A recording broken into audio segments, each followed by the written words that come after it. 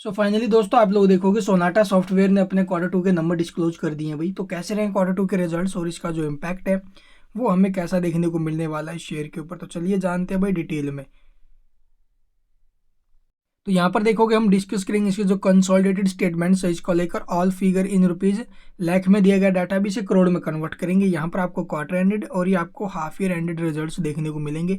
अगर बात की जाए टोटल इनकम की या फिर टोटल रिवेन्यू, तो करंट क्वार्टर में जो टोटल इनकम रही है वो है 2,18,901 लाख की। करोड़ में कन्वर्ट करोगे तो बनेगा अभी 2,189 करोड़, जो प्रीवियस क्वार्टर में थी 2,546 करोड़ और प्रीवियस ईयर के सेम क्वार्टर में थी 1,935 करोड़। यानी कि ईयर टू ईयर तो इनकम में जंप है, बट क्यू ऑन की बेसिस पर जो इसकी इनकम है वो टूटी है भाई।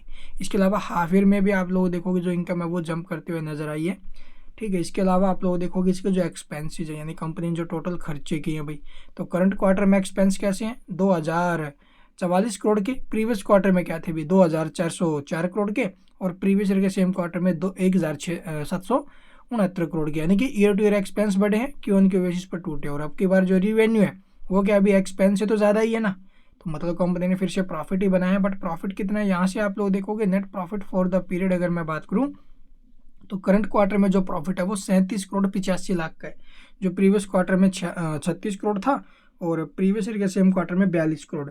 यानी कि ईयर टू ईयर बेसिस पर तो प्रॉफिट टूटा है, but Q on Q basis पर 1 करोड़ के करीब जो प्रॉफिट है वो जंप करते हुए नजर आया अभी। तो कुछ बड़ा इंप्रूवमेंट नहीं आया अभी इसके अंदर प्रॉफिट्स में तो। और इसके अलावा आप लोग देखोगे भी इसका जो अर्निंग पर शेयर है यानी कि ईपीएस लगभग 3,84, प्रीवियस में 3,81 था और प्रीवियस ईयर के सेम क्वार्टर में 4 रुपये 48 पैसे। तो इसका इम्पैक्ट कैसा रहेगा, मार्केट एस्टिमेट क्या है 3 रुपये 84 पैसे आया अभी और 3 रुपये 85 पैसे का एक्सपेक्ट किया जा रहा था, यानी कि 1 पैसा नीचे रहा है।